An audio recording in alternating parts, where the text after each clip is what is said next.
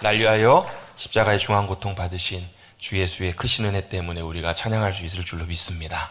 우리가 어떤 상황에 있어도 주님의 십자가가 우리의 놀라운 승리와 놀라운 소망이 되기 때문에 우리는 주님 앞에 감사하며 찬양하며 믿음으로 주님 앞에 나갈 수 있을 줄로 믿습니다.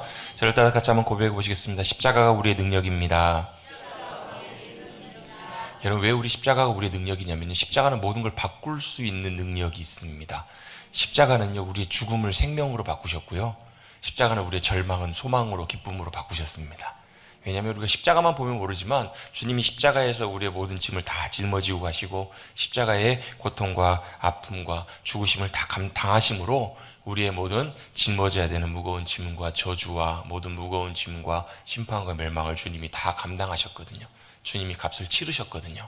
그리고 거기서 끝난 것이 아니라 부활의 놀라운 생명과 승리로 일어나셨기 때문에 우리에게 십자가가 능력이 되는 거예요. 십자가를 통해서 믿음으로 바라볼 때 부정한 우리가 정결케 되고요, 더러운 우리가 깨끗하게 되고요, 죽을 우리가 생명의 존재로 놀랍게 변화되고 낙심하고 절망할 수밖에 없는. 그래서 여러분, 우리 찬송가 151장이죠. 만왕의 왕 내 주께서 왜 고통당했나. 여러분, 우리가 십자가의 죽으심과 고난을 생각할 때 우리가 단순히 마음 아파하고 슬퍼할 뿐만 아니라 그것이 우리에게 뭐가 되냐면 기쁨이 되고 소망이 될 수 있는 이유는 바로 뭐냐면 그 십자가를 우리가 처음 볼 때 다시 볼 때마다 뭘요? 나의 마음에 뭐가요? 나의 마음에 큰 고통이 사라져, 슬픔이 사라져, 괴로움이 사라져. 왜요? 주님이 감당하셨기 때문에. 그리고 우리에게는 참된 소망과 평안과 승리와 놀라운 생명을 주님이 주실 거기 때문에. 여러분, 그 십자가 앞에서 주님의 놀라운 능력과 은혜를 경험하시는 사랑하는 성도님들 되시기를 다시 한번 주님의 이름으로 축복합니다. 아멘. 여러분, 옆에 계신 분들과 앞뒤 좌우 옆에 계신 분들과 인사 한번 나누겠습니다. 십자가의 은혜로 승리합시다. 십자가의 은혜로 승리합시다. 십자가는 주님이셨지만 십자가를 지신 주님의 그 십자가 때문에 그것이 우리에게 능력이 됩니다. 바꾸는 능력, 새롭게 하는 능력, 고치시는 능력이 바로 거기에 있음을 우리가 믿음으로 붙잡고 십자가의 은혜 가운데 놀랍게 승리하시는 사랑하는 성도님들 되시기를 간절히 바랍니다. 한 주 동안 평안하셨습니까? 한 주 동안 잘 지내셨죠? 하나님께서 주시는 평안과 기쁨, 하늘의 기쁨과 은혜가 또 넘쳐나시기를 간절히 바랍니다. 왜요? 그게 믿음의 백성들의 삶이기 때문에 그래요. 여러분, 우리 한 주간의 삶을 돌아보면 그렇지 못한 분들도 아마 계셨을 거예요. 한 주 동안 참 지치고, 한 주 동안 참 버겁고 힘들고, 한 주 동안 참 하루하루 지내오는 것이 참 힘들고, 육신적으로나 또 심적으로나 모든 면에서 힘들게 한 주 한 주를 하루하루를 지내오신 분들도 계실 거예요. 그런 분 계시면 손 들어보십시오. 주님이 위로해 주시기를 바랍니다. 그런데 여러분, 그것이 여러분 주님이 우리를 위로해 주시는 것이지만 단순히 하나님의 마음과 하나님의 목적과 의도가 단순히 우리가 거기에만 머물러 있는 것을 주님은 원치 않으세요. 여러분, 우리가 신앙생활하면서 믿음 생활하면서 우리가 알아야 될 굉장히 중요한 것 중에 하나가 바로 뭐냐면 하나님의 의도를 아는 거예요. 의도라는 말이 여러분 무슨 말인지 여러분 아시죠? 의도가 무슨 말이냐면 뜻 의자에다가 그림 도자를 씁니다. 그래서 뜻하고자 하는 바, 내가 원하고 바라는, 그러니까 이 의도라는 말은 사실은 목적이라는 말로도 좀 바꿔볼 수 있는 것 같아요. 내가 뜻하고 목적하고 내가 원하는 바를 이루기 위해서 꾀하는 여러 가지, 그림을 그리는, 여러분 보통 그림 그린다라는 말이 여러분 이런 그림만 말고 어떤 계획을 세우고 뭔가를 진행할 때도 막 그림을 그린다라고 표현하잖아요. 설계를 한다. 그런 의도라는 말이 사용이 되는 거예요. 의도라는 말이 무슨 말인지 여러분 아시겠죠? 뜻하는 바를 이루자 하는 것. 바꿔서 표현해보면 목적이라는 말이에요. 하나님의 의도를 안다라는 말은 하나님이 이루시길 원하시는 것, 하나님이 목적하는 것, 하나님이 원하시는 것, 그것이 무엇인지를 아는 것이 중요하다라는 거예요. 그럼 사람과의 관계도 마찬가지잖아요. 사람과 이렇게 같이 대화하고 살아갈 때도 보면 그 사람의 의도를 아는 것이 굉장히 중요합니다. 그 사람의 의도를 알고 그 사람이 이걸 원하는 거, 이걸 목적을 하는구나, 이걸 알아할 때 이걸 이해할 수 있고 그 사람을 이해해 줄 수 있는 거거든요. 근데 이게 왜 중요하냐면, 하나님의 의도를 아는 것이 왜 중요하냐면, 여러분 신앙생활은, 믿음생활은 무엇이 믿음생활이고 무엇이 신앙생활인가? 하나님과 함께하는 것이 믿음생활이기 때문에 그래요. 믿음생활, 신앙생활이 뭐라고요?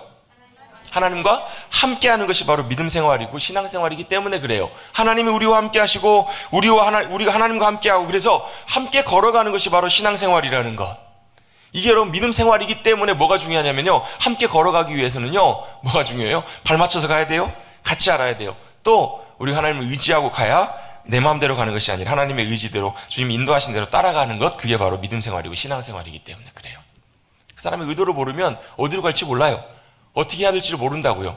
이걸 전혀 갈피를 잡을 수가 없는 거예요. 그래서 여러분 신앙생활, 믿음생활은 바로 하나님과 함께하는 것이에요. 여러분, 믿는다라는 말이 무슨 말이에요? 맡긴다는 말이잖아요. 의지한다는 말이잖아요. 믿고 맡기고 의지하면 뭐 할 수 있는 줄 아세요? 따라갈 수 있어요. 믿고 의지하고 맡기면 따라갈 수 있다고요. 그래서 여러분, 믿음 생활은 반드시 뭐가 같이 가냐면 순종이 같이 따라가요. 저도 어렸을 때 그런 얘기 많이 듣고 자랐는데 요즘은 뭐 말 안 해도 어이들이 거의 대부분 아는 것 같기는 해요.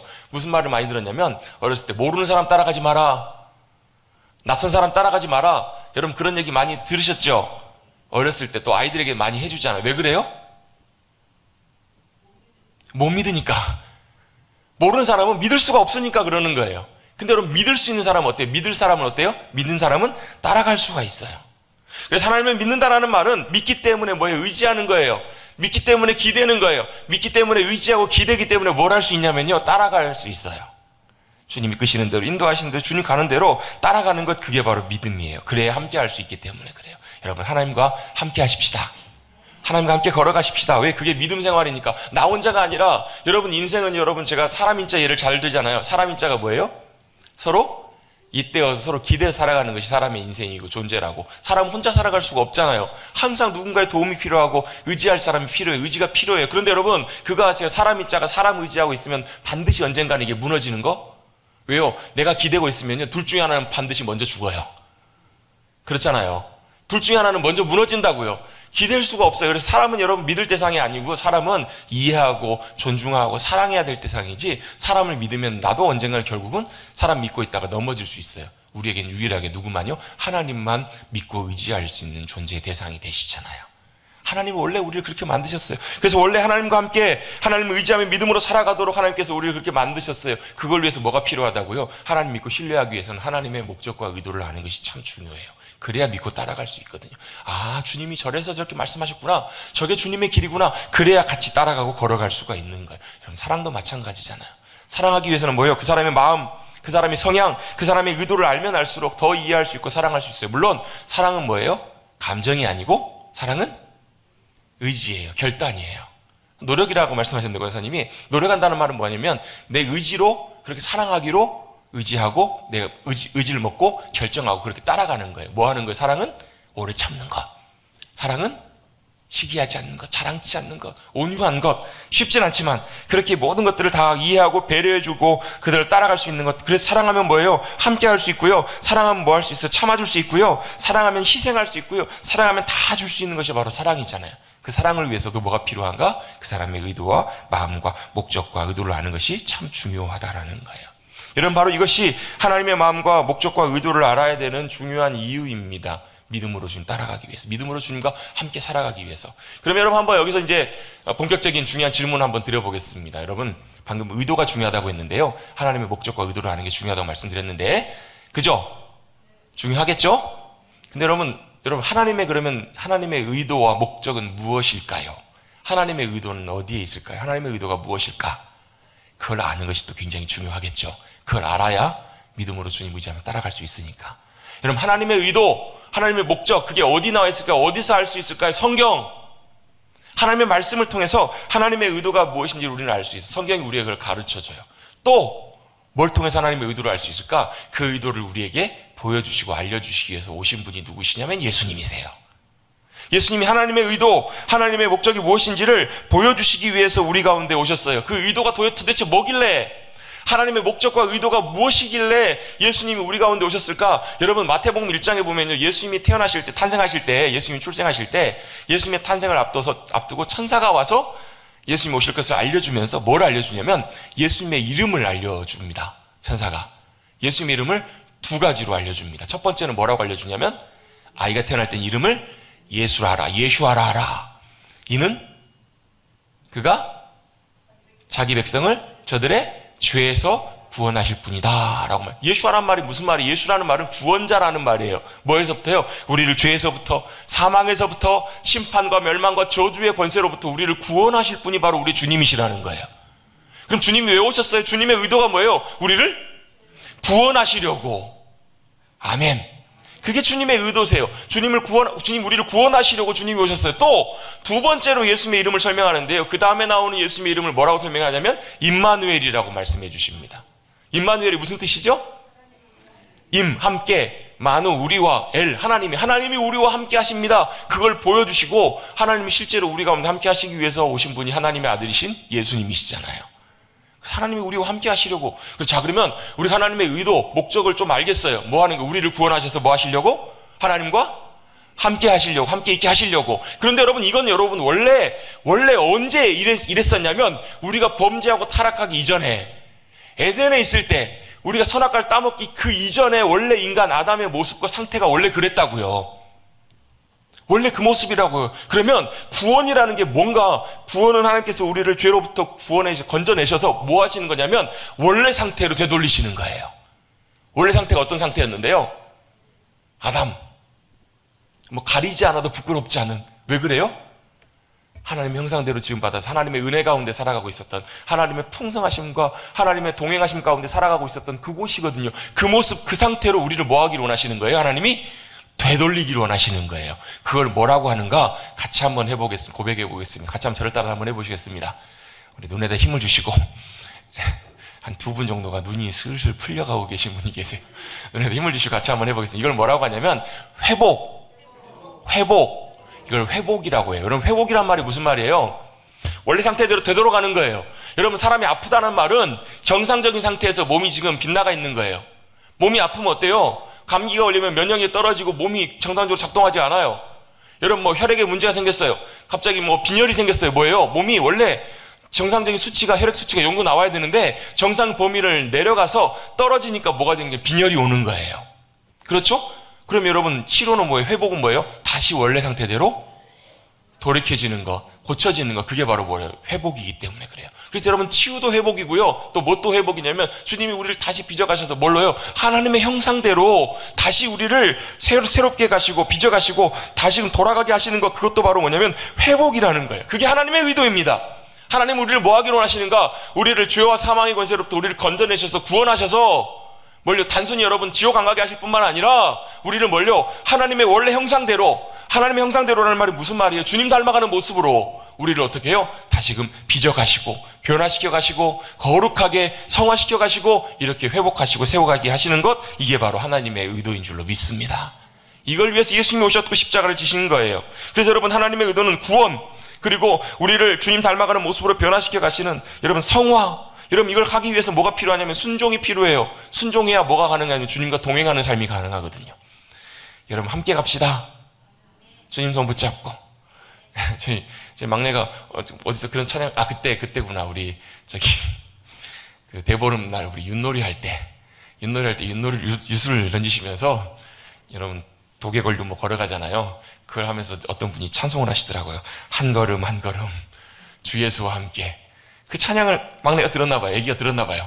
요즘 맨날 집에서 뭐라고 부르냐면 한 걸음 이렇게 불러요. 좀 뭐 발음도 잘 안 되는데 주 예수와 함께. 여러분, 애기도 주님과 함께 걸어가고 싶대요. 여러분, 우리 한 걸음 한 걸음 우리 인생길을 걸어갈 때 여러분, 오늘도 내일도 주님과 함께 믿음으로 걸어가시는 믿음의 성도님들 되시기를 주님의 이름으로 축복합니다. 그게 왜요? 그게 하나님의 의도이기 때문에 그렇게 하나님께서 우리를 빚어가시는 거예요. 하나님 나라의 백성의 삶으로 세워가세요. 주님의 마음을 품게 하시고 하나님 나라를 누리게 하시는, 주님의 영광을 맛보게 하시고 주님의 영광이 우리의 삶을 통해서 나타나는 이런 것들이 뭐라고? 이게 다 하나님의 의도시라고요. 우리를 구원하셔서 주님 닮아가는 주님의 백성으로 살아가게 하시는, 우리를 그렇게 빚어가시는 것이 바로 하나님의 의도라는 거예요. 그래서 여러분, 제가 종종 자주 말씀드리는 표현이 있어요. 말씀이 우리의 삶이 되어져 가는 거. 우리의 삶이 실제로 말씀대로 되어져 가는 삶, 그 삶이 복된 이유가 바로 뭐냐면 그 삶이 뭐가요?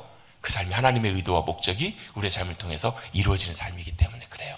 거기에 맞춰지고 조정되어 가기 시작하면 거기에 하나님 나라의 역사가 일어나기 시작해요. 하나님 나라의 놀라운 영광과 임재가 나타나기 시작한다고요. 여러분, 이건 좀 이렇게 한번 비유로 한번 들어볼게요. 여러분, 중국인들은 지금은 좀 덜한 것 같지만 이제 중국인들이 중국에 있다가 나라가 하도 이제 인구가 많아서 그런지 외국으로 많이들 이민을 가요. 우리나라에도 중국 이제 출신들이 화교라고 하잖아요. 우리나라에 많이 이제 이주해서 많이 살아요. 근데 중국인들은 좀 특징이 있잖아요. 어떻게 다른 나라 가면 어때요? 모여. 그래서 뭘 만들어요? 타운을 만들어요. 그걸 뭐라고 해요? 차이나타운이라고 하잖아요. 우리나라에도 뭐 인천에 가보면 큰 차이나타운이 있어요. 뭐 군산 쪽에도 아마 뭐 그런 화교들 좀 많고 좀 그랬었을 거예요. 그들은 뭐예요? 가보면 거기 땅은 어디예요? 중국이 아니에요. 우리나라예요. 대한민국이에요. 대한민국인데 희한하게 거기 가보면, 저도 인천 차이나타운 몇 번 가본 적이 있는데요, 가보면 신기하게 분위기가 다 중국 분위기예요. 거기 일하는 사람들의 종업원들이나 식당 가보면 음식도 뭐 우리나라 변형된 뭐 짜장면도 많지만 중국 음식도 많고요, 중국어를 많이 해요. 서로 대화하면서 서로 자기들끼리, 직원들끼리 중국어를 해요. 거기 가보면 분위기가 다 중국이 아니지만 중국처럼 자연스럽게 그렇게 형성이 된 거예요. 뭐가 된 거예요? 우리나라의 작은 중국이 거기에 구성이 된 거예요. 여러분, 이거 마치 이것처럼, 여러분, 완전한 중국은 아니지만 중국을 보고 느낄 수 있는 것처럼 하나님의 나라도 비슷한 것 같아요. 뭐예요? 하나님의 나라는 언제요? 영원하게 이제 주님 오셔서 다시 모든 걸 다 새롭게 하시고 이루실 그때 하나님 나라가 완전히 완성되겠지만, 그 이전에 뭘요? 이 땅에서 우리의 삶을 통해서 하나님께서는 그 하나님 나라를 맛보며 누리며 살아가기를 원하시는 거예요. 그게 뭐라고요? 그게 주님이 이 땅 가운데 오셔서 행하시는 일이라고요. 그 하나님의 나라가 우리나라에서 맛보아지는 것, 이 땅 가운데 맛보아지는 것, 보여지는 것, 임하는 것, 그게 바로 어디 해야 되냐면 우리 교회 공동체여야 되고요. 그 하나님의 나라가 우리 가운데 나타나는 게 바로 믿음의 가정들이 돼야 된다는 거예요. 할렐루야. 그게 바로 하나님의 목적이고 의도이시기 때문에 그래요. 그것이 바로 우리의 기도가 되어야 되는 이유는 바로 그것이 하나님의 의도이기 때문에. 그래서 여러분, 우리는 주님이 이렇게 기도하라고 가르쳐 주셨어요. 주님의 기도에 보면 뭐가 나와요? 하늘에 계신 우리 아버지, 아버지의 이름이 거룩히 여김을 받으시오며 나라가 임하시오며 라고 나와요. 나라가 무슨 나라예요? 우리나라예요? 아니요, 하나님의 나라. 하나님의 나라가 이 땅 가운데 임하기를 원합니다라고 기도하고 있어요. 어떻게 해요? 저와 여러분의 심령 속에, 아멘? 저와 여러분의 삶의 자리 가운데, 가정에, 우리 머릿돌 교회, 이 땅 가운데 주님의 나라가 임하도록 주님 기도하라고 가르치고 계시는 거예요. 여러분, 영원한 주님의 나라가 임할 때 하나님의 나라의 놀라운 영광과 권세가 이루어지겠지만 우리는 이 땅에서 그걸 미리 맛보고 누리며 살아갈 수 있도록 주님께서 저와 여러분을 이렇게 부르고 계시는 거예요. 그게 바로 하나님의 의도이고 하나님의 목적입니다. 그 의도와 마음을 알고 잘 따라가는 것이 바로 굉장히 중요한 이유가 이것입니다. 예수님께서도 이 땅에 오셨습니다. 그리고 이제 이 땅에 오셔서 이제 이 땅의 삶을 사시다가 공생의 사역을 마치시고 이제 예루살렘에 올라가셔서 십자가를 지셔야 되는, 십자가를 지시러 올라가시는 그 길, 그 와중에 올라가는 그 와중에 기록된 말씀이 바로 오늘 우리가 읽었던 본문의 말씀입니다. 이제 공생의 사역을 서서히 맞춰가면서 이제 예루살렘으로 향해 가시는데 오늘 본문의 말씀이 바로 그 올라가는 길 가운데서 주님과 제자들 가운데 있었던 일입니다. 예수님은 3년 동안이나 함께 동고동락했던 제자들, 그들과 함께 거니시면서 함께 다니셨는데요, 심지어는 3년 동안 예수님과 함께 했던 이들도 예수님의 의도와 마음을 잘 몰랐던 것 같아요. 함께 예수님과 함께 예루살렘으로 올라가고 있지만 그들의 모습들이나 그들의 말이나 태도를 볼 때 함께 가고 있지만 여전히 그들은 다른 길을 가고 있는 것 같은 그런 느낌을 많이 받습니다. 그걸 어떻게 할 수 있는가? 오늘 본문 한번 살펴보는데요, 오늘 본문 이전에 보면 어떤 내용이 나오냐면, 우리 앞에 장에 보면 베드로가 예수님과 함께 가이사라 빌립보라고 하는 지역에 올라가서 뭘 하냐면 예수님이 물으십니다. 내가 누구냐라고 물으시는 거예요. 사람들이 예수님을 뭐라고 부르느냐? 뭐 선지자라고 합니다. 세례요한이라고도 합니다. 하나님의 사람이라고도 합니다. 하나님 보내신 사람이라고도 합니다. 그랬더니 예수님이 단도직입적으로 물으시잖아요. 너희는 나를 누구라고 하느냐? 여러분은 예수님을 뭐라고 부르십니까? 여러분은 예수님이 여러분에게 어떤 분이십니까? 한번 오늘 시간이 있으면 여기 앉으신 분들 다 한 분 한 분 다 물어보고 싶어요. 여러분은 예수님이, 누군가가 교회 다니시죠? 그 교회에서 믿는 예수님이란 분이 누구세요? 라고 물으면 여러분 뭐라고 그러실까? 말도 잘 안 나오네요. 뭐라고 그러시겠습니까? 여러분 물으신다면, 그것도 모르세요? 예수님은 4대 성자 중에 한 분이시고 그리스도교를 창시하신 분이시고, 이렇게 하실래요? 여러분, 최소한 우리도 베드로처럼 대답하십시다. 주는 그리스도시요 살아계신 하나님의 아들이십니다. 같이 한번 해보시겠습니다. 주는 그리스도시요 살아계신 하나님의 아들이십니다. 그 말이 무슨 의미예요? 주님이 나의 구원자시고 나의 왕이시고 내 삶을 다스리신, 책임지시는 하나님의 아들이시라는 굉장히 중요한 믿음의 고백이잖아요. 예수님께서 마태복음을 보면 그 베드로가 그 고백을 하는 걸 들으시고 너무 기뻐하시면서, 야, 네가 알게 된 것이 아니라 하나님 아버지께서 너에게 알게 하신 거야. 그리고 그 믿음의 고백 위에 교회를 세울 거야. 그리고 더 나아가서요, 네가 하늘에서, 그러니까 네가 땅에서 매면 하늘에서도 매일 것이고 땅에서 풀면 하늘에서 풀리는 그런 놀라운 영적인 권세도 주실 거야. 그리고 대적의 문을 취하게 하실 거야. 여러분, 옛날에 성 있을 때는요, 공성전을 할 때는 여러분 성문이 박살나고 무너지면 그 성 함락된 거예요. 그 성 들어가면 되니까 대적의 문을 박살내게 하셔서 대적을 승리케 하시는 그 권세와 능력을 어디에서 주신다고요? 그 믿음의 고백을 고백하는 그 믿음의 사람들에게 주신다고요. 할렐루야. 여러분, 우리는 그런 권세를 받은 자들이에요. 얼굴 좀 펴세요, 여러분. 그래서 얼굴 좀 펴시고, 여러분, 그런 일들 만났을 때 여러분 주눅 들지 마시고 당당하게 여러분 믿음으로 일어서세요. 왜? 내가 그런 것이 아니라 내게 주어진 권세가 그러기 때문에. 그걸 베드로의 믿음의 신앙 고백 가운데 주님께서 허락해 주세요. 그렇게 고백하고 난 다음에 주님이 그때부터 아마 이제는 됐겠다, 이제는 됐다, 제자들도 그렇게 고백하고 이제는 또 얼마 남지 않았으니까 아마 그런 마음이 드셨는지 예수님께서 뭐라고 말씀하시냐면, 그리고 나서 이제 되어질 일을 주님 말씀하세요. 어떤 일을 말씀하시는가? 주님 이제 드디어 사람들에게 붙잡혀서 넘겨지고 외인들에게 넘겨지고, 그리고 거기서 고난당하고 채찍질 당하고 침뱉음을 당하고 버림받고 십자가에 못 박혀 죽으셔야만 한다는 것을 제자들에게 말씀해 주기 시작하세요. 몇 번이나 말씀하시는가? 무려 3번 이상 그렇게 말씀하세요. 근데 말씀하자마자 베드로가 그 얘기를 듣고 깜짝 놀래요. 무슨 얘기예요? 아니 예수님 무슨 말씀이세요? 그래 하시면 안 됩니다. 아니 그러시면 안 돼요 예수님. 이렇게 말씀을 베드로가 얘기를 하는 거예요. 왜 그랬을까요? 자기는 이해할 수가 없었기 때문에, 도저히 그 길을 예수님이 가셔서는 안 된다고 생각했기 때문에. 물론 여러분 예수님께서 혼을 내시죠. 뭐라고? 사단아 물러가라. 베드로가 사단이라는 말이 아니라 베드로의 생각 속에, 마음 속에 그 말을 통해서 역사하는 존재가 사단이었기 때문에, 네가 하나님의 일을 생각하지 않고 도리어 사람의 일을 생각한다. 그래서 여러분 간단합니다. 사단이 우리를 통해서 역사하는 방법과 일은 뭐냐면 세상의 일과 사단의 일을 생각하게, 자기의 일을 생각하게 만들어요. 근데 주님의 인도하심과 성령님의 역사하심은 하나님의 일을 보게 하고 하나님의 길을 보고 따라가게끔 우리를 도우시는 분이 바로 성령님의 역사하심이거든요. 세상의 일을 생각한다, 네가 하나님의 길을 생각하지 않는다라고 주님이 책망하십니다. 그리고 나서 그 이후도 변화상에서 변화되신 다음에 또 오늘 본문에도 반복해서 3번 이상 주님께서 뭘 말씀하시는가? 십자가 지실 것을 말씀하고 계세요. 그런데 그 말씀을 하셨을 때 제자들이 굉장히 사실은 어떻게 반응하냐면 놀라고 무서워합니다. 그 이유가 무엇이었을까? 우리가 지금 십자가 하면, 우린 십자가 하면 요게 생각이 나시잖아요, 여러분. 그죠? 십자가면 우리를 위해서 십자가 지신 주님, 또 십자가가 여러분 얼마나 소중하면 목에다도 걸고 다니시고 집집마다 십자가 다 이렇게 붙여놓으시잖아요. 근데 여러분 그 당시의 십자가는 극악무도한 범죄자들을 처형하는, 아주 악질인, 아주 악한 이들을, 흉악범들, 반역한 사람들을 처단하는 로마의 큰 형틀이고 형벌이었어요. 그래서 십자가만 봐도 사람들이 벌벌벌 떨 만큼, 또 치를 떨 만큼 굉장히 고통스럽게, 또 가혹하고 수치스럽게, 또 저주와 멸시를 받으면서 지탄을 받으면서 처형하는 형틀이 바로 십자가 형틀이었다라는 거예요. 그러니까 우리가 지금은 십자가가 굉장히 너무 친숙하고 너무 아까 말씀드렸던 것처럼 십자가 우리의 능력입니다라고 고백할 수 있었지만, 그 당시에는 십자가라는 것이 이미지가 너무너무 강력한 무시무시한 십자가 형벌이 바로 십자가 형이었기 때문에 그래요. 그걸 누가요? 예수님이 지시고 당하셔야 된다라고 하니까 제자들 입장에서 절대 그러셔서는 안 된다라는 거예요. 성경에서도 똑같이 말씀합니다. 성경에서도요, 이미 이전에 신명기 말씀에 보면, 신명기 21장에 보면 나무에 달린 자마다 저주를 받은 자라는 거예요. 나무에 잘린 자마다 하나님이 저주한 인생이라는 거예요. 아니 예수님이 왜 저주를 받으셔야 된다고 한 거예요? 여러분 우리는 그 이유를 다 알아요. 지금이기 때문에 우리는 그 십자가의 의미와 십자가의 내용들을 다 압니다. 왜? 예수님이 나무에 달려서 저주를 받으신 이유가 뭐예요? 우리가 받아야 될 저주를 예수님이 친히 감당하시기 위해서 저주를 받으신 거예요. 왜 거기서 못 박힘 당하시고, 왜 거기 채찍질 당하시고 수치와 모욕을 당하셔야만 했어요? 저와 여러분이 당해야 되는 수치와 모욕을 예수님이 친히 감당하시기 위해서 십자가에서 그 모든 걸 감당하신 거예요.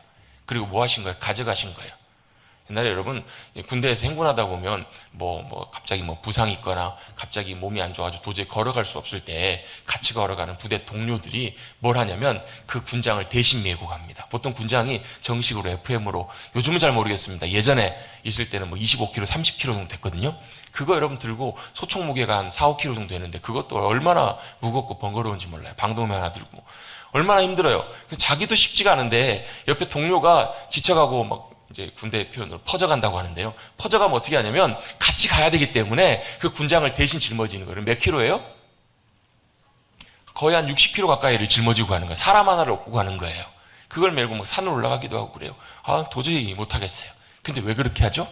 같이 가야 되기 때문에 대신 짐을 져주는 거예요. 여러분 예수님이 십자가 당하심은 우리의 뭘요? 우리의 짐을, 우리의 죄의 짐을, 우리의 모든 당해야 되는 모든 심판과 저주와 멸망의 짐을 주님이 다 감당하시기 위해서 주님이 대신 짊어지시고 그 길을 가신 거잖아요. 짊어지고 가셨기 때문에 우리는 뭐예요? 그걸 짊어지지 않고 따라갈 수 있는 거잖아요. 여러분 저와 여러분의 모든 죄와 짐과 모든 저주와 심판과 조롱과 모든 수치와 멸망을 주님이 짊어지고 가주신 줄로 믿습니다. 그게 예수님이 십자가 지심이에요. 근데 제자들은 그걸 아니라는, 그게 해서는 안 된다라는 거예요. 여러분, 지금이야 여러분 십자가를 다 지신 사건, 그걸 우리가 다 지난 사건이기 때문에 당연하게 생각하고 다 알지만 쉽지만, 상당히 그 당시에는 제자들이 그 말씀을 들었을 때는 상당히 충격적이고 절대로 받아들일 수 없는 그런 일들이었던 거예요. 그래서 베드로는 반대했고요, 제자들도 도저히 받아들일 수가 없었어요. 그래서 어떻게 반응하는가, 오늘 32절에 보면 예루살렘으로 올라가는 길에 예수님이 그들을 앞서 가시는데 어때요? 그들이 뭐 어땠다고요? 놀라고 따르는 자들은 두려워하더라 라고 성경이 말씀하고 있습니다. 두 가지 반응을 성경을 말씀해 봅니다. 놀라고 두려워하더라. 여러분 같이 한번 해보시겠습니다. 놀라고 두려워하더라. 여러분, 제자들이 어떻게 했냐면 놀라고 두려워했어요. 왜 그랬을까요? 그 다음에 33절 34절에 보면 예수님이 예루살렘에 올라가셔서 당하실 일들을 말씀하고 계시기 때문에 그래요. 보라, 우리가 예루살렘으로 올라가노니 인자가 대제사장들과 서기관들에게 넘겨짐에 그들이 죽이기로 결의하고 이방인들에게 넘겨주겠고 그들은 능욕하며 침뱉으며 채찍질하고 죽일 것이나 그는 3일 만에 살아나리라 하시니라. 지금 누구 얘기하시는 거예요? 예수님 얘기하고 계시는 거예요. 누가요? 예수님 말씀하시는 자신이 그렇게 예루살렘을 올라가셔서 넘겨지시고 죽이기로 결정하고 로마 사람들에게 넘겨줘서 그들이 능욕하고 침뱉으며 채찍질하고 죽일 거라는 거예요. 죽으실 거라는 얘기예요. 여러분, 이걸 제자들이 듣고 여러분 기분이 참 좋았겠어요. 그죠? 아니라는 거예요. 제자들은 굉장히 놀라고 두려워했습니다. 예수님의 말씀을 반복해서 말씀하고 계시는데요, 그 이유가 뭘까? 저는 이런 생각이 들더라고요. 예수님께서도 이 말씀을 반복하시면서 다짐하셨겠다. 여러분, 보통 그렇잖아요. 남한테 아무 얘기 안 한 거면 그냥 하다가 좀 힘들면 안 해도 돼요. 근데 이 사람 저 사람 다 얘기해놨어. 이 사람 저 사람한테 다 얘기해놓으면 어떻게 해야 돼요? 하기 싫어도 힘들어도 어쩔 때는 해야 될 때가 있어요. 그래서 꼭 해야 될 일이면 이 사람 저 사람한테 이미 다 해놓으면 돼요. 나 내일부터 이제 공부 열심히 할 거다. 물론 거짓말이지만 다 그렇잖아. 나 이제 내일부터 이렇게 할 거야. 뭐 내일부터 이거 안 할 거야. 나 내일부터 이거 끊을 거야. 이 사람 저 사람 다 말해놓으면 또 그렇게 할 수밖에 없잖아요. 그게 한편으로는 자기 다짐이기도 하잖아요. 예수님도 보면 어쩌보면 반복해서 말씀하시면서 스스로 그 길에 본인이 더 초점을 맞추시고 나아갈 수 있기 위해서 더 반복하셨을 수도 있어요. 또 한편으로는 제자들이 반복해서 이 말씀을 들으면서 언제요? 나중에 예수님이 십자가에 돌아가시고 부활하신 다음에 그들이 성령님을 통하여 그걸 깨닫게 됐을 때, 아, 예수님이 십자가에 돌아가신 것이 그냥 우연히 잡혀서 돌아가신 것이 아니구나. 예수님 분명히 말씀하셨고 하나님의 의도대로 목적대로 그대로 그 길을 예수님이 가셨구나라는 것을 제자들이 뭐 하도록요?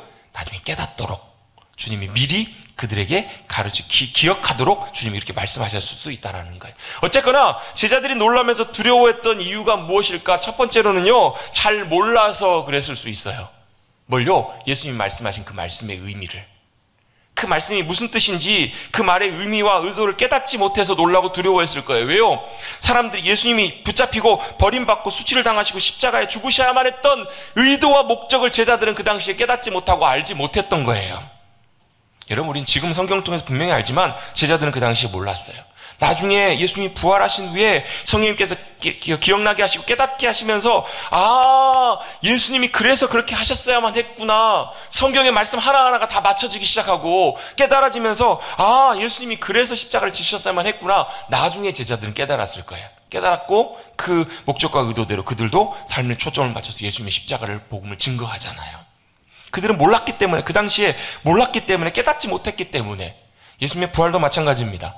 지금이야 당연히 예수님이 십자가에 돌아가시고 부활하신 것이 너무나 정상적이고 당연해. 왜? 매년마다 우리 부활절을 지켜요. 부활절마다 지키잖아요. 근데 그 당시에는 사람이 부활한다는 말이 무슨 의미인지를 그들이 몰랐겠죠. 왜? 한 번도 경험한 적이 없으니까. 무슨 의미인지 몰랐기 때문에 깨닫지 못해서 그들은 놀라고 두려워했어요. 여러분, 우리 믿음 생활하면서요, 뭐가 참 중요하냐면 깨닫는 은혜가 참 필요합니다. 뭘요? 하나님의 말씀을 깨닫고 하나님의 의도와 목적을 잘 깨닫는 게 참 중요해요. 때때로 하나님이요, 우리의 삶을 광야로 이끄실 때가 있어요. 때때로 하나님이 우리의 삶을 막다른 길로 인도하실 때도 있고요, 우리가 원치 않는 길과 방향대로, 때때로 우리를 실패의 자리로, 때때로 우리를 낮아지는 자리로, 내려가는 자리로 하나님께서 우리를 이끌고 가실 때도 있어요. 그때요, 우리 굉장히 중요한 것이 있습니다. 그 하나님의 목적과 의도를 잘 우리가 깨닫고 아는 것이 너무 중요해요. 그래야 어때요? 그들을 넉넉히 감사함으로 이겨낼 수 있어요. 10여 년을 정말로 고통스러운 순간을 보냅니다. 30세 총리가 될 때까지 10대 때 팔려가서 여러분 말도 안 되는 정말 어마어마한 일들을 경험합니다. 겪습니다. 그런데 그 와중에도 그가 주님 신뢰하면서 잘 감당할 수 있었던 이유, 또 특별히 마지막 형들을 다시 만났을 때 그가 아무런 상처나 아무런 마음의 앙금 없이 형들을 기꺼이 형들로 대하고 맞아줄 수 있었던 이유가 뭐냐면 하나님의 의도와 목적이 무엇인지를 그가 알았기 때문에 그래요. 그걸 알고 보니까 그가 당했던 모든 일들이, 종종 보면 이제 뭐 한동안 이제 뭐 우리 뭐 내적 치유 사역인 이런 것들도 한동안 많이 했었거든요. 왜 그러냐면 내 안에 이제 이전에 남아 있었던 내 많은 경험들과 여러 가지 많은 일들이 우리가 신앙이 자라가고 주님 닮아가는 데 있어서 방해가 되는 경우들이 종종 있었거든요. 그걸 이제 성경에서는 쓴뿌리라고도 표현을 해요. 내 안에 그런 것들이 남아 있어요. 그래서 참 좋은데 어떨 때 보면 어떤 순간에 어떤 일이, 어떤 상황이 딱 되면 막 확 폭발해요. 어떤 말을 들으면 확 폭발해요. 어떤 사람에게는 그 말이 아무렇지도 않은데 그 사람에게는 그 말을 들으면 막 발끈하고 막 폭발하고 막 눈이 돌아가요. 왜 그럴까요? 다 이유가 있는 거예요. 그걸 저는 이제 방아쇠라고 표현하는데요. 방아쇠가 당겨지는 거예요. 방아쇠가 당겨져도 여러분 그 안에 총알이 없으면 아무런 반응이 일어나지 않아요. 근데 총알이 있으면 어떻게 돼요? 총이 퍽 나가가지고 사람을 죽여요. 왜 그럴까? 그 이유가 있었던 거예요. 그걸 뭘요? 그 자리로 다시 돌아가서 그 내가 당했던 그런 일들, 또 때때로 내가 당했던 어떤 상처들이나 아픔들이나 트라우마들이나 그 자리로 다시 돌아가서 뭘 확인해 보는 거예요. 하나님이 왜 내게 그런 일을, 하나님의 의도가 무엇인지, 하나님의 목적이 무엇인지 우리가 깨닫고 그걸 발견하게 되면 누구처럼, 요셉처럼, 아, 하나님이 당신들이 나를, 형들이 나를 판 것이 아니라 하나님이 나를, 많은 사람들을 구원하시려고 미리 나를 먼저 보내셨구나라는 것을 알게 되는 거예요. 그걸 깨닫고 났더니 그게 더 이상 아픔이 되지 않고 상처가 되지 않고 오히려 뭐가 돼요? 감사의 제목으로 바뀌잖아요. 여러분, 깨닫는 은혜가 임하시기를 주님의 이름으로 축복합니다. 그래서 여러분, 내 삶의 모든 일들과 상황들, 그걸 통해서 말씀하시는 주님의 의도를 깨닫고, 깨닫고 나면 뭐가요? 감사가 돼요. 알게 돼요. 믿고 순종하고 따라갈 수 있어요. 주님이 그 길을 가셔야 되는구나. 우리도 그 길을 따라가야 되겠구나. 그걸 알게 되고 순종할 수 있는 은혜가 바로 거기에 있는 거예요. 여러분, 깨닫는 은혜와 지혜가 함께 하시기를 주님의 이름으로 축복합니다. 두 번째로 그들이 놀라고 마음에 두려워했던 이유 중에 하나가 뭐냐면요, 그들은 예수님이 하신 말씀을 그들은 원치 않았기 때문에 그래요. 이게 무슨 말이냐면 예수님이 말씀하시고 걸어가려고 했던 그 길을 그들은 원치 않는 길이었다라는 거예요. 그들은 그곳을 가기 싫었어요. 왜? 그렇게 돼서는 안 됐거든요. 제자들 입장에서 보면 예수님이 자신들을 떠나셨으면 안 되니까. 능력과 여러분, 제자들이 지금 3년 동안 예수님을 따르면서 어떤 3년을 지내냐면요, 그들은 가는 곳마다 어때요? 예수님이 기적을 베푸세요. 귀신을 내어쫓 주시고 병자를 고치시고 5천 명을 먹이시고요, 막 물을 가리시고 물을 걸어가시고 이런 놀라운 일들을 예수님께서 보여주세요. 누구와 함께라면? 예수님과 함께라면 그들은 어때요? 든든해요. 자기들이 좀 부족해도, 자기들은 좀 연약해도, 그렇잖아요. 여러분, 그 앞에 내용에 보면 변화산 사건 보면 변화산에서 예수님이 변화되신 다음에 내려오셨는데 어떤 일이 벌어지냐면 그때 귀신 들려가지고 마치 간질처럼 발작하는, 뇌전증처럼 막 발작하는 아이를 데리고 온 아버지 사건이 있잖아요. 좀 고쳐달라고 데리고 왔는데 예수님이 안 계시니까 그러면 제자들이 당신들이 좀 고쳐주십시오 했는데 못 고치잖아요. 난리가 난 거예요. 근데 누가요? 그때 예수님이 오셔서 그 모든 상황을 다 정리해 주시잖아요. 귀신 내어 쫓아주시고 고쳐주세요. 그랬더니 어때요? 제자들 마음속에 이런 마음이 들었을까? 우리는 못해도, 우리는 부족해도 예수님이 함께 하시면 되는구나. 예수님이 함께 계시니까 든든했던 거예요. 예수님이 함께 계시면서 그 역사를 나타내실 때마다 자기들의 어깨도 으쓱 같이 올라갔을 거예요. 마치 무엇처럼? 왕이 행차할 때 사람들이 환호하면 왕을 태우는 말이 자기 보고 그러는 것처럼, 자기가 좋아하는 것처럼. 아마 제자들도 그랬던 것 같아요. 이제 곧 예루살렘에 이제 입성하게 될 텐데 그들의 마음속에는 어떤 마음이 있었는가? 예수님의 의도와 마음과 다른 딴 마음을 갖고 있었던 거예요. 예수님과 동상이몽이었어요. 그들은 예수님이 예루살렘에 입성하시면 이제 왕위에 등극하시고 그리고 주님의 나라를 세우실 때 그때 누가요? 가장 가까이에서 예수님을 섬기고 보필했던 우리들도 예수님이 우리를 생각해 주실 거라고. 그래서 가장 높은 자리, 좋은 자리 우리 한 자리씩은 차지할 거라는 그런 기대와 마음과 의도를 갖고 있었던 거잖아요. 근데 예수님이 하시는 말씀은 그것과 정반대의 말씀이에요. 뭐라고 말씀하세요? 주님은 오히려 십자가를 지시고 죽으셔야만 한다라는 것. 이걸 말씀하고 계시는 거예요. 예수님의 기대, 제자들의 기대는 예수님의 의도와 완전히 달랐어요. 근데 여러분, 이것이 여러분 우리 신앙생활에도 굉장히 중요한 부분입니다. 우리 신앙생활에도요, 우리의 기대와 하나님의 의도와 계획이 같아지는 것이 신앙생활이에요. 우리의 기대와 우리의 바람과 우리의 마음과 우리가 원하는 것과 우리의 소원과 하나님의 의도와 계획이 같아지는 것이 바로 우리의 신앙생활이라고요. 여러분, 왜 하나님께서 때때로 우리에게 기도를 응답하시지 않는 것처럼 느껴지는가, 여겨지는가? 이유가 여러 가지가 있습니다. 하나님의 때가 아니기 때문에 하나님께서 안 주실 때도 있어요. 언제도 또 어떤 일도 있는가? 내가 구하고 바라고 기대하고 있는 것과 내가 원하는 것과 하나님이 계획하시고 의도하신 것이 다를 때 하나님께서 안 주실 때가 있다고요. 요즘 저희 막내가 굉장히 말들 많이 하면서 이것저것 다 사달라고 해요. 저는 그 말이 무슨 말인지 이해 못했어요. 아빠 이거 하나 사줘, 2개 사줘, 3개 사줘.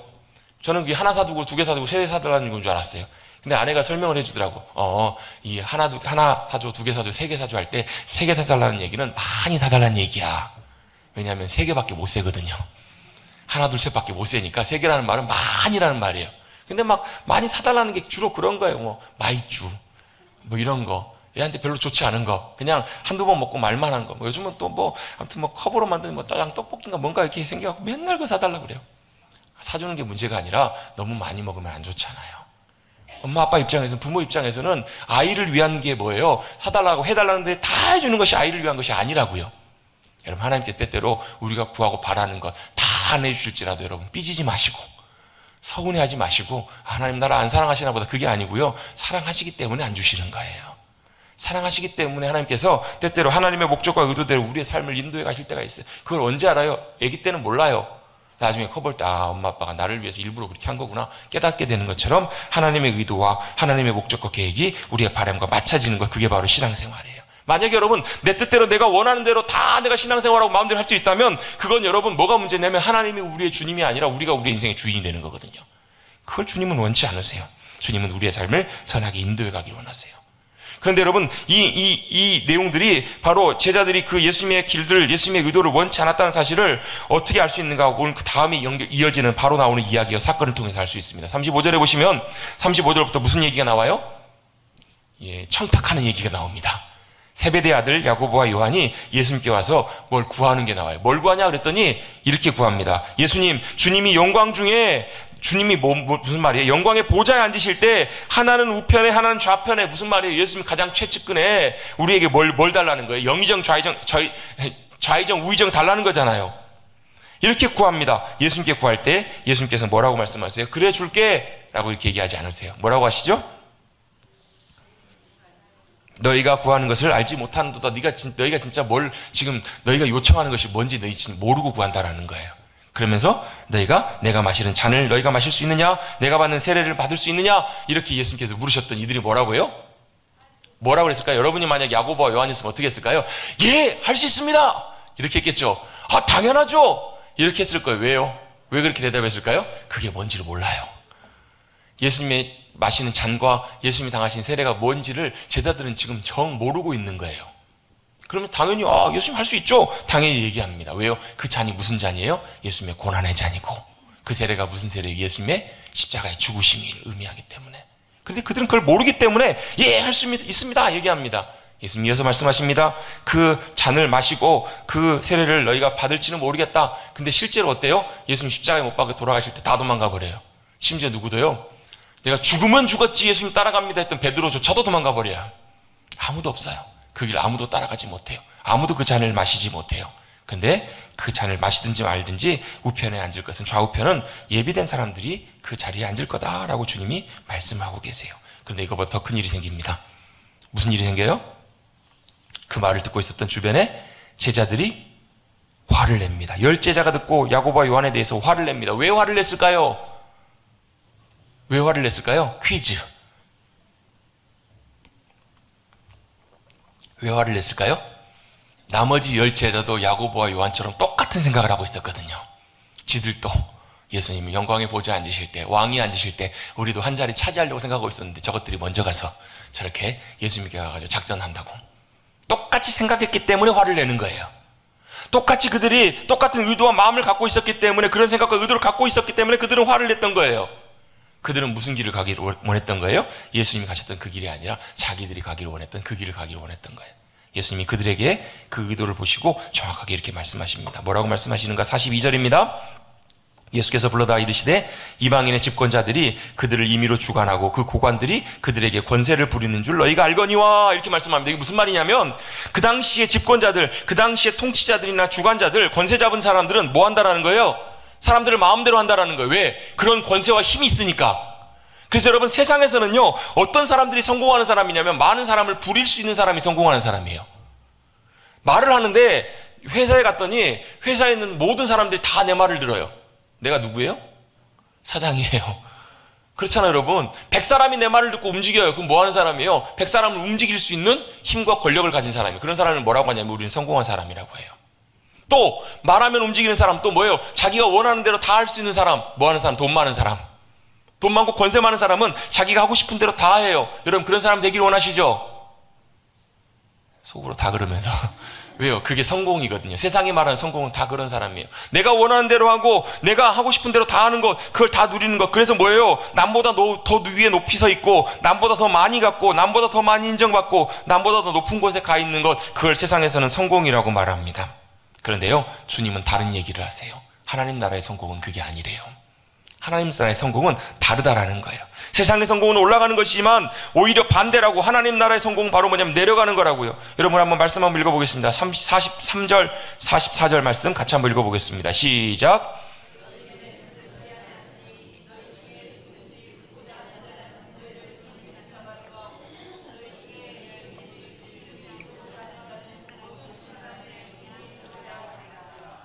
아멘.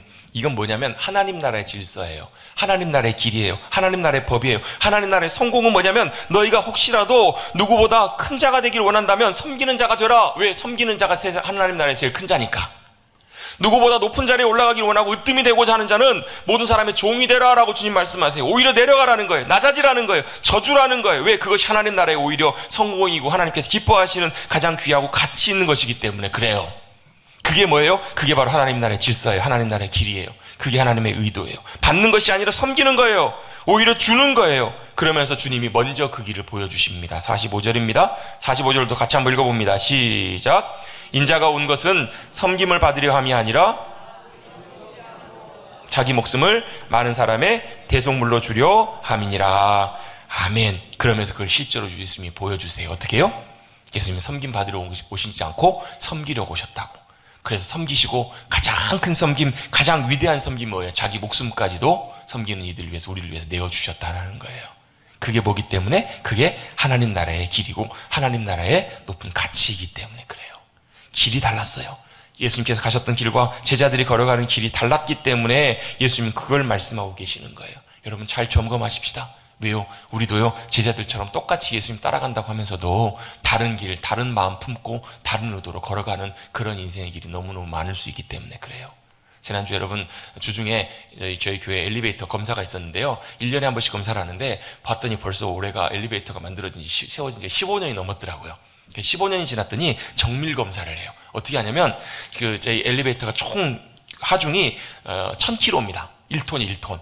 그러니까 우리 몸무게 다 합산해가지고 1kg가 넘으면 이제 삐 만원 소리가 나오는 거예요.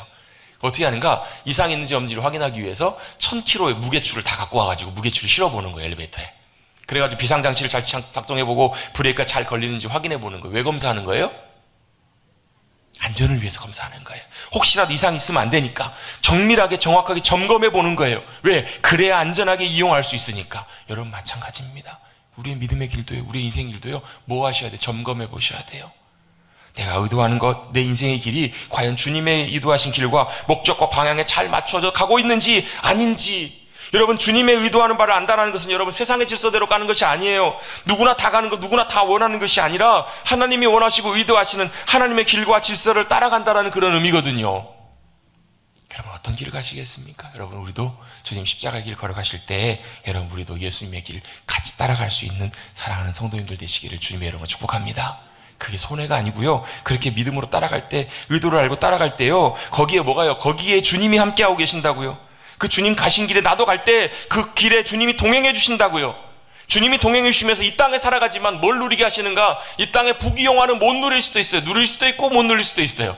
이 땅에서 세상적으로 말하는 성공을 누릴 수도 있고 못 누릴 수도 있어요. 근데요, 그 주님의 의도를 알고 주님 따라가는 이들에게는 뭐가 주어지는가? 이 땅의 영광과 성공보다 더 귀한 하나님의 영광과 승리와 놀라운 복된 귀한 것들을 누리며 살아가게 하신다라는 거예요. 하나님의 승리가, 하나님의 영광과 평안함과 풍성함이 우리의 심령과 삶 가운데, 우리의 인생 가운데 함께해 주신다고요. 주님의 도우심과 지키심이 함께해 주세요. 제가 여호수아 말씀 읽다 보니까요, 우리 지난주에 여호수아 1장 말씀 살펴봤잖아요. 어떻게 해요? 두려워하지 말라, 강하고 담대하라. 또 한 가지가 뭐였어요? 하나님의 말씀을 떠나지 말라, 말씀대로 행하라. 실제로 여호수아가 그렇게 살았더라고요. 여호수아 11장인가 보면요, 여호수아가 하나님의 말씀, 모세를 통해서 하신 말씀을 그대로 행하고 따랐더라. 그랬더니 어떤 일이 벌어져요? 요단강이 갈라지고요, 그랬더니 여리고성이 무너지고요, 그랬더니 대적들이 막 기드온 연합군들이 쳐들어오는데 그들을 다 쳐하고, 심지어는요 그들을 쳐서 멸해야 되는데 어떻게 해요? 해와 달이 멈춰버리는 거예요. 그들을 승리할 수 있도록 우박이 그들을 쳐버리고요, 완전한 승리로 주님이 인도해 주시더라고요. 왜요? 주님과 함께하는 믿음의 걸음 가운데 그런 놀라운 승리와 인도하심이 함께해 주는 삶, 그 삶이 주님과 동행하는 귀한 믿음의 삶인 줄로 믿습니다.